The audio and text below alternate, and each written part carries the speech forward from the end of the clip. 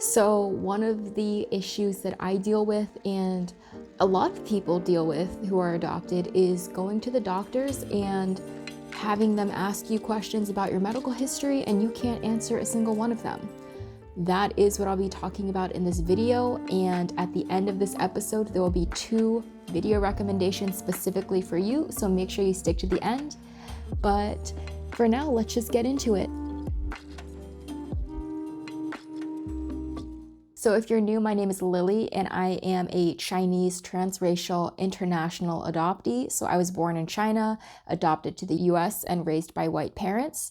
And I have just been sharing my experiences about adoption and being a woman of color here in the United States. And today is a very specific topic towards adopted people and donor conceived people and people from non-traditional families. Yeah, so today's setup is pretty chill. It's actually really late on a Tuesday night because I have officially become nocturnal, and I guess that is one of the side effects of being a graduate student, but I have messed up my sleep schedule, and so here I am.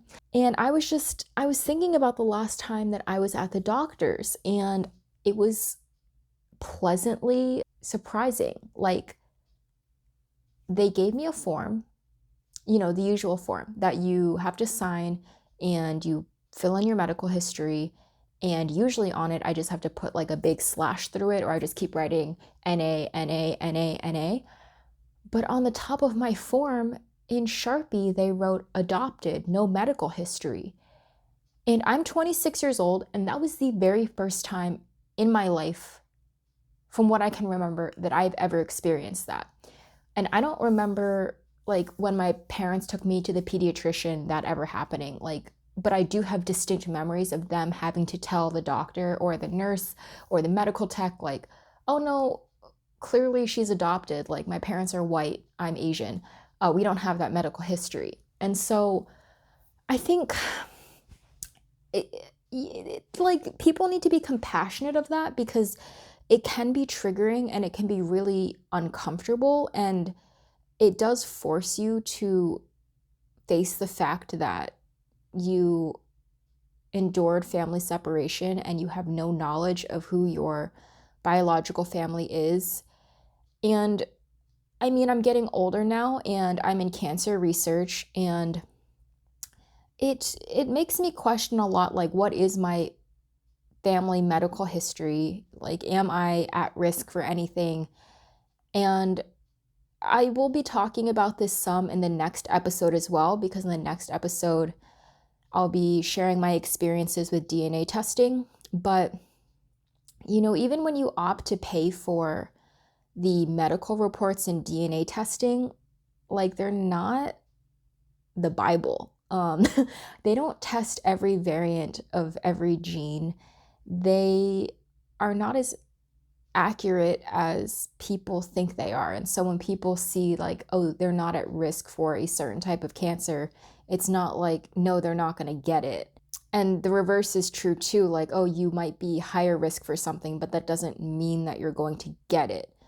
And so, I mean, especially now that the adoptees that I'm connected with are also around my age and we are growing up, and as you get older, you do more medical tests and you learn more about your own body. And the sad thing is, we're discovering that we're at risk for certain things, or suddenly we have these medical explanations for things that have been happening. Like, here's some personal medical information about me. I have a very minor blood disorder, but it can be a very major thing in some people. And so for me, it's really just like, I need to make sure that I'm hydrated and I have food in me, or else I faint.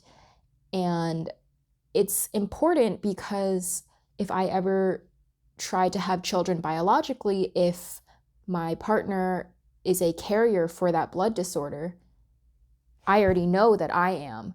If they are too, then that means our child has a much higher risk of having the major severe disease. It's just like not fair.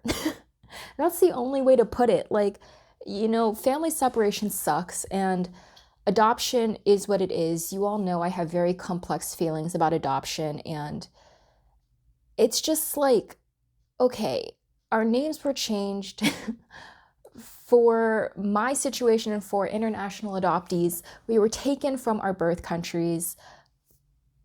I was raised by a family of a different race. It, Goods and bads of everything, but like, it just seems like a basic thing that we could have is medical history, or just like anything to give us a clue that, hey, maybe you should start getting tested early for this, or hey, maybe you should be on the lookout for this, or hey, maybe you should focus on this in your diet, maybe you should work out a little bit more, that kind of thing. Because those types of things are just like normal in other families. I know my parents, they know their medical histories. And so they have conversations with their doctors, and it's like, yeah, this is my medical history, and this is what runs in my family, or this is what has shown up in my family. And then the doctor advises them on what they should do to take care of themselves and to make sure they live long, happy, healthy lives.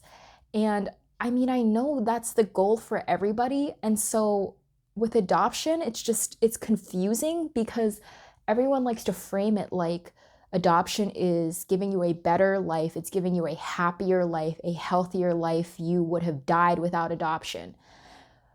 But I mean, come on, like without medical history and having that knowledge and just kind of living clueless about what's going on health wise, like it's hard to set yourself up for the healthiest, best life. And I mean, I keep going on these other topics, but they're all so related. Like, this is exactly why adoptees need access to their information. This is why adoptees need to know who their first families are. And they can navigate that reunion, they can navigate that relationship however they want to.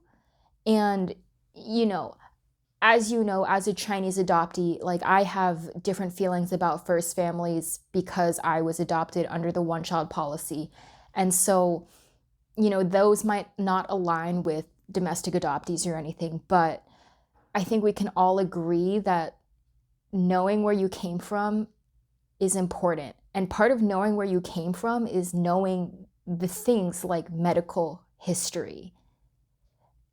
And I mean, I talk to non-adopted people about this. Like, I was so hyped up about this experience. Like, wow, they wrote adopted, no medical history on my forms. Like, I told my non-adopted friends, and they had no clue this was a thing, or really they just didn't think about it. Like, this is not something that non-adopted people think about, because society just loves to push this adoption as a blessing. And so let's just focus on the fact that your first families were irresponsible, drug addicts, they couldn't raise you, but look at where you are now. And then I'm like, hey, this very normal thing that people go through every single year, assuming they get an annual physical, this very normal thing that people go through, like, I don't have that experience. And other adopted people don't have that experience. Donor conceived people don't have that experience. People who do not know who their biological parents are for whatever reason do not have that experience. And oh, it just makes me so annoyed. And I don't know if it's because, like, I'm in science, I'm in research, I study genetics. This is my job, like, not the adoption advocacy thing. My job is science. And the fact that I don't know the own science of my body and my family history is so infuriating. I know it's not just me. I know many adoptees feel this way. I know many people who do not have access to their medical history feel this way. And the only solution I can think of is, open adoption, give adoptees their information and their records about where they came from. Like, we didn't choose to be adopted. We didn't choose to be separated from our biological families. And so the least that society could do is give us medical history so we can live the long, healthy, happy life that everybody seems to want for us. Okay, that was way more emotional than I thought it would be. Maybe it's because this is my first time filming late at night, and late at night I just get really energized and amped up. So who knows? As I promised, here are 2 videos recommended specifically for you. So click on those if you're interested. The subscribe button is right down there. Everything helps: a like, a subscribe, a comment. Let me know your thoughts about this. Thank you so much for watching, and I will see you in the next one.